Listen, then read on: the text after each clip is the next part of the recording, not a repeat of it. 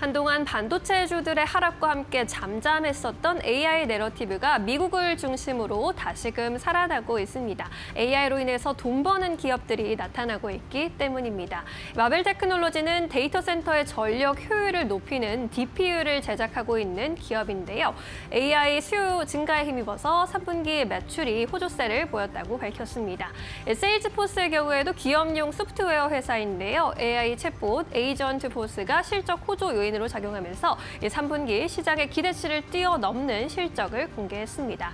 이렇게 AI 회사들이 돈을 벌기 시작하면서 AI 거품론에 대한 우려감도 줄어들고 있는 모습입니다. 대규모 투자를 단행했지만 과연 수익성을 보여줄 수 있을까 우려했던 AI 거품론에 대해서 다시금 긍정적인 입장들이 올라오고 있는 상황입니다. 이에 대해서 하나증권의 경우에도 다시금 반도체주들을 봐야 할 때다라는 조언을 내놓기도 했고요. 키움증권의 경우에는 내년 하반기 D램의 2차 상승 사이클이 예상된다면서 메모리 반도체주들의 주가가 저점이 높아지기 시작할 것이라고 봤습니다. 특히 그동안 많이 쉬어갔던 삼성전자와 반도체 소재 부품 장비단에서 저점이 높아지기 시작할 것이다라는 전망을 내놨고요. 삼성전자의 내년도 D램 영업이익 전망치에 대해서 24조 원 중반대가 될 것이다라고 전망하기도 했습니다. 이러한 긍정적인 분석들과 함께 투자 전략 조금 더 자세히 세워볼까요? 다음 장에서 만나보도록 하겠습니다.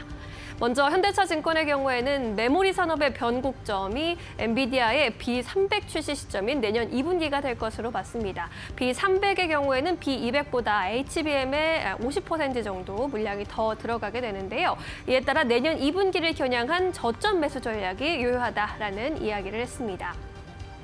메리츠증권의 경우에는 반도체가 AI 기반의 호황에 장기화를 이끌 것이다라고 봤고요. 내년 D램 업체들의 설비 투자와 이에 따라 고부가 가치의 D램 위주로 설비 투자가 더 집중될 것이다라는 전망을 내놓기도 했습니다.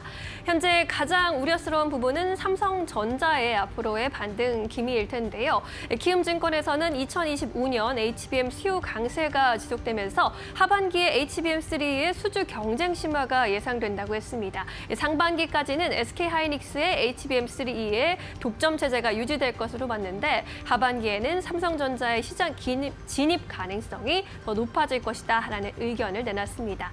삼성전자의 가장 가능성이 높아지는 것은 아무래도 기술력이 가장 중요할 것으로 보이는데요. 반도체주가 다시 한번 바닥을 딛고 올라올 수 있을지 시장에 관심이 집중되고 있습니다. 마켓무버 함께 하셨습니다. 네, 이어서 오늘 시장에서 또 움직이는 기업들 하나하나 살펴보도록 하겠습니다. 정치적인 노이즈 그리고 리스크가 계속해서 부각되고 있습니다만은 시장 빠지고 있고 사실 굉장히 불안합니다. 그런데 또 사실 코스피 지수만 봤을 때는 가격적인 매력에 있는 구간이 지금이 아닐까 싶고요. 또 많은 증권사도 입을 모아서 지금 지수 단에서 봤을 때는 괜찮다, 저점이다라는 의견들 내놓고 있습니다.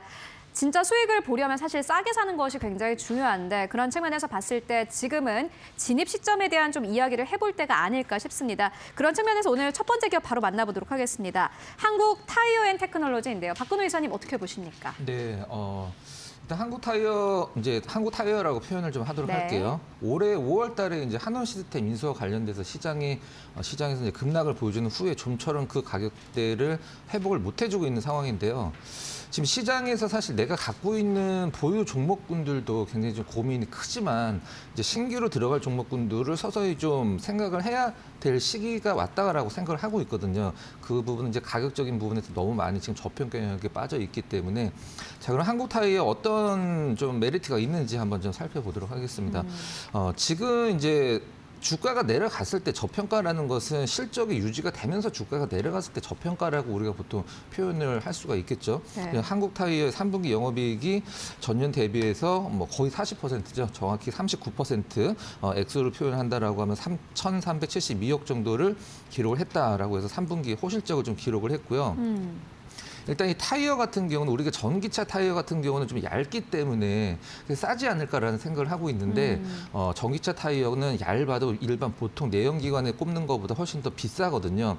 그것 때문에 지금 전기차의 캐즘으로 인해서 이제 전기차의 판매량이 줄어는 들고 있습니다만 가장 좋은 것은 우리가 1년에 한 2만 킬로 정도 탔을 때 타이어를 한 7, 8만에 간단 말이에요. 그러면 교체를 하게 되는데 2020년도에 전기차가 가장 많이 팔린 애가 2020년도거든요. 그럼 이제 4년, 5년이 지난 지금 시기에서 교체용 타이어가 굉장히 좀 수요가 많을 것으로 생각을 하고 있고요. 또 가장 큰 메리트라고 저는 제가 보고 있는 건 미국의 현지 생산 공장이 있어요. 그렇기 때문에 관세로서 어느 정도 좀 프리한 부분이 있다라고 보시면 될 것 같고 한국 타이어가 타이어만 만드나라고 이제 생각할 수 있는데 실질적으로는 지금 영업이익이 좋아진 이유 중에 하나가 이제 자동차에 들어가는 배터리거든요. 이 한국 타이어 배터리 같은 경우는 AGM 배터리라고 해서 우리가 보통 최근에 자동차들은 이제 뭐 정지선 같은 데 섰을 때 시동이 꺼졌다가 다시 켜지기 때문에 자동차 배터리가 가장 많은 전력을 소모하는 게 시동 시에 그 모터를 돌릴 때 가장 많이 배터리가 소모가 되거든요. 근데 그런 부분과 관련돼서 좀 고성능 배터리를 할 수 있는 AGM 배터리, 그다음에 뭐 미국 현지 생산 공장 보유, 그리고 어떤 그 이제 처음에 완성차 업체에 꼽혀 나오는 타이어는 OE 타이어라고 하고 이제 애프터마켓에서 가는 타이어를 RE 타이어라고 하는데 이 RE 타이어 관련돼서 저는 올해 말이나 내년까지 시장에서 이제 한국 타이어의 어떤 실적을 굉장히 견인할 수 있는 중요한 부분이라고 생각을 하고 있습니다. 네, 알겠습니다. 한국 타이어 앤 테크놀로지 오늘 시장 빠지는데도 뭐 강보합고 유지하고 있습니다. 앞으로 실적이 좀 늘어나는 부분을 봐서 앞으로 해서 주목을 해보면 좋겠다라는 의견으로 저희 정리해보고 가도록 하겠고요. 이어서 두 번째 기업 만나보도록 하겠습니다. TP라는 기업입니다. 정치 테마주로도 좀 분류가 되는 그러한 기업이기도 한데 오늘 또 정치적인 노이즈가 굉장히 많은 상황입니다. 대통령실에서 윤석열 대통령이 오늘 국회 방문 계획이 없다라고 밝혔다고 합니다. 계속해서 또 시간별로 계속해서 다른 뉴스가 나오고 있는 상황인데 전략 세우는 게 중요할 것 같아요. 박정진 파트너님 어떻게 보십니까? 네. 일단은 정치 테마 쪽은 쉽사리 좀 꺼지진 않을 것 같습니다. 그래서 우리가 한번 이렇게 계속적으로 좀 주목을 해봐야 되는데, 근데 또 우리가 또 대놓고 정치 테마는 건들 수 없으니까, 그나마 좀 실적이 매우 좋고, 굉장히 좀 저평가인데, 아직까지 정치 테마에 강력하게 엮이지 않아서 움직이지 않은 TP라는 종목을 여러분들한테 언급을 드리려고 하는데요. 이 TP 같은 경우에는 이제 의류, 제조, 판매하는 업체이고, 이 갭이나 타겟, 이랜드, 네오포시픽 이런 이제 의류 업체들을 이제 주문을 받아서 이제 생산을 대신 이제 해주는 그런 업체다라고 보시면 좋을 것 같습니다. 그래서 최근에 좀 실적을 조금 보시면 상당히 조금 긍정적으로 매출과 영업이익이 잘 나오고 있어요. 그래서 최근 이제 대규모 영업이익을 지난 2022년부터 발생을 시켜서 올해까지도 잘 이어오고 있기 때문에 좀 안정적인 재무 구조를 지니고 있고 또 순자 상가치가 2,347억인데 현재 시가총액이 706억밖에 되지 않는 굉장히 저평가된 그런 이제 의류 업체다라고 보시면 될 것 같습니다. 그래서 우리가 이 바닥권에서 한번 관심을 기울여봐야 될 것 같은데 최근에는 이 정치 테마를 조금이라도 이렇게 톡 걸치지 않는다면 쉽게 상승이 잘 안 나와요. 특히 이제 오늘부터 그런 시장이 좀 형성이 되고 있는데 그렇기 때문에 조금이라도 좀 걸쳐 있는 종목을 우리가 한번 접근을 해보면 좋지 않을까라고 생각을 해서 지금 가격 한 1,385원에 여러분들이 밑으로 한번 접근을 해보시면 좋을 것 같고요. 손절 라인은 지금 위치에서는 크게 의미가 없을 것 같습니다. 그래서 그냥 밑으로 쭉 모아가시면 될 것 같고, 자, 이 상태로 이제 단기적인 상승력이 나타난다면 지난번에 한번 정치 테마 이슈를 한번 시세를 뿍 뿜어줬는데 그 자리인 1,550원 정도 자리까지 한 번 정도 바라보고요. 그리고 조금 더 시세를 좀 강력하게 뽑아준다면 1,740원 정도 자리까지 2차적으로 바라볼 수 있을 것으로 판단이 됩니다. 근데 TP가 왜 정치 테마주죠? 그거에 대한 설명을 못 들었네요. 아, 궁금하셨구나. 네. 네. 이게 임석원 대표이사가 네. 그 한동훈 대표랑 같은 고등학교 출신이라고 합니다. 그래서 엮여 있습니다. 아, 사실 네. 저희가 이런 거를 전해드리는 게 맞나 싶긴 한데 그래도 어쨌든 간에 또 엮여 있어서 주가가 올라갈 수 있다면 시장이 워낙 어렵다 보니 돈을 벌 수 있는 방법을 생각을 해보자면 그것도 좀 생각을 해볼 수 있겠다라는 생각이 들고요. 그런데 또 제가 드는 생각이 완전히 아직 엮이지 않았고 그리고 실적도 좋고 네. 뭐 이렇게 말씀을 해주셨는데 약간 뜨거운 아이스 아메리카노 같은 그런 느낌이에요. 이도 저도 아닌 느낌. 앞으로 이게 움직일 거다라는 확신을 가지고 계신 이유가 있으실까요? 이제 이런 종목들은 언제 움직이냐면 네. 그 한마디로 대장이 아니잖아요. 그죠. 그러면 이미 대장주들이 막 상한가를 기록하고 급등력이 나와서 더 이상 살만한 게 없을 때 네. 여기에 몰리는 겁니다. 좀 아시겠죠? 안전하게 가자 이렇게 보시는 것 네. 같습니다. 알겠습니다. TP 만나보고 왔고요. 이어서 박근호 이사님의 종목 만나보도록 하겠습니다. 이 모든 이슈로부터 떨어져 있고 네. 진짜 실적만 보겠다 이러한 좀 의지가 보이는데 KINX 가지고 오셨습니다. 아무래도 이제 또 최근 들어서 이쪽이 좀 움직이고 있는 것 같아요. 어떻게 보십니까? KINX 주주분들은 굉장히 좀 약간 답답하고 이해가 안 간다라고 생각하실 맞아요. 수가 있어요. 왜 그러냐면 미국에 있는 데이터 센터 관련주들은 시세가 진짜 엄청나게 나왔거든요. 근데 너무 못 가서 사실 뭐 한번 관심을 좀 받았어요. 근데 KINX를 관심을 줘야 되는 이유가 뭐냐면 저는 어차피 AI에 연결되어 있는 섹터이기 때문에 시장이 좀 약간 안정을 찾으면 과거에 이제 시장에서 가장 좋았던 섹터들이 다시 주인공으로 저는 등장할 수 있다라고 생각을 하고 그 있거든요. 장세가 다시 올 거다 이렇게 보시는 거군요. 그렇죠. 네. 근데 뭐 주가로서는 사실 모르긴 하겠습니다만은 이 AI 산업 자체를 이제 고점이다라고 얘기를 하는 측면은 거의 없거든요. 이제 시작을 했다라고 이제 미국에서도 많이 표현을 하기 때문에 데이터 센터의 어떤 그 중요성이 계속 대두가 되고 있는 상황인데 KINX가 이제 과천에 만든 이제 완공을 했죠.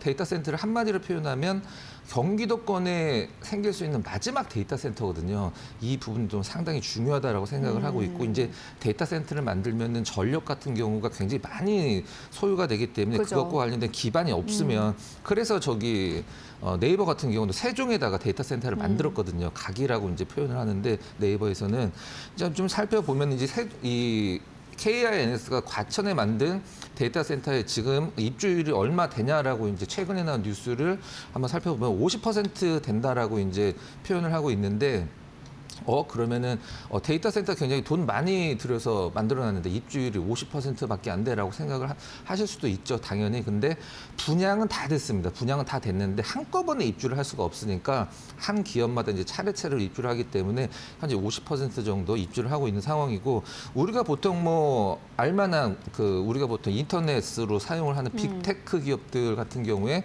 뭐 아마존이라든가 뭐 MS, 오라클, 알리바바 등이 다 이 KINX 데이터 센터의 고객들이고 이미 입주가 확정 지어져 있다는 점. 그다음에 이 KINX의 그 데이터 센터를 우리가 표현할 때 중립 데이터 센터라고 표현을 하거든요. 이게 무슨 말이냐면 ISP라는 단어가 이제 데이터 센터에서 나오는데 인터넷 서비스 프로바이더라는 약자예요. 특정 이 프로바이더를 쓰는 게 아니라 약 40개의 ISP를 보유를 해서 쓰고 싶은 회선을 써라라고 해서 이제 기업들이 굉장히 선호하는 방식이죠. 그래서 제가 봤을 때는 뭐 항상 제가 강조하는 부분이 있거든요. 실적이 좋아질 수도 있다가 아니라 실적이 좋아질 수밖에 없다. 이게 가장 중요하거든요. 구조적으로. 그렇죠. 그래서 올해는 좀 약간 시장도 그렇고 내년에 실적이 거의 뭐 저는 퀀텀 점프 가능하다고 보고 있어서 지금 가격은 상당히 좀 메리트가 있다라고 생각을 하고 있습니다. ISP 같은 경우에는 40개 중에서 뭐 이 기준이 있나요? 이게 어떻게 다른 건가요? 이제 중립적 데이터 센터라는 것은 제가 말씀드렸듯이 뭐 우리가 보통 인터넷 서비스 프로바이더라고 해서 통신 기업들 있잖아요. 네. 그런 기업들을 얘네만 우리는 쓴다라고 했을 때 다른 이제 입주하는 기업들이 좀 약간 꺼려하는 부분들도 있거든요. 근데 이 KINX 데이터 센터 같은 경우는 이제 중립 데이터 센터라고 해서 원하는 대로 거의 모든 선택권을 ISP를 주는 그렇죠. 거군요. 네. 그래서 기업들이 굉장히 선호하는 데이터 센터입니다. 알겠습니다. KINX 만나보고 왔고요. 이어서 마지막 기업 만나보도록 하겠습니다. 삼보 모터스입니다. 이 기업은 이제 박찬성 씨 파트너님께서 가지고 오셨고 이 기업도 이전에 뭐 가지고 오셨었는데 그죠? 어떻게 보십니까? 네, 계속 갖고 오고 있죠. 그런데 안 움직였다가 최근에 아주 긍정적인 또 소식이 들려왔습니다. 사실 바로 그때는 부품으로 가지고 오셨던 것 같은데, 그죠? 약간 좀 운이 좋긴 했습니다만은 들어보도록 하겠습니다. 네. 이번에 또 이제 정치 테마 이슈가 또 엮여버렸습니다. 바로 이재하 대표가 이 안동 출신인데 이 이재명 대표도 경북 안동 출신입니다. 근데 여기 안동에 이제 향후회라는 게 있는데 여기 이제 회장을 이재하 대표가 맡고 있기 때문에 아무래도 같은 이제 고향 출신으로 이제 이재명 대표 관련주로 엮여서 지금 오늘 시세가 나왔어요. 그죠? 그리고 전전날도 나오고 그래서 이제 바닥권에서 서서히 이제 매수 수급이 좀 유입되고 있는 그런 상황이다라고 보시면 좋을 것 같고 정치 테마뿐만 아니라 제가 장점이 많다고 했죠. 일단 사상 최대 실적을 찍고 있어요. 역대급 실적을 찍고 있는데 못 가고 있어요. 말이 안 되는 거잖아요. 그리고 현재 시가총액이 대략 한 961억인데 이 961억의 시가총액의 2배 되는 현금성 자산을 보유하고 있는데도 못 가고 있어요. 이것도 말이 안 되잖아요. 그죠?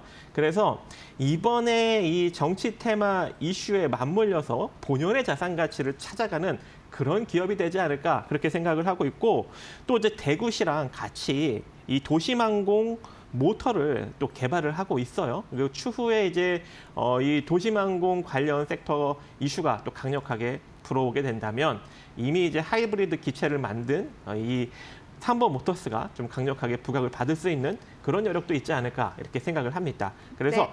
아직까지 정치 테마 쪽을 건들지 못하신 분들은 삼보 모터스도 같이 한번 눈여겨보시면 좋을 것 같습니다. 네, 그러면은 전략 그 시점, 매수 시점에 대한 네. 것만 짧게 좀 듣고 갈까요? 네, 지금 가격 나쁘지 않습니다. 4,200원 밑으로 쫙 모아가시고요.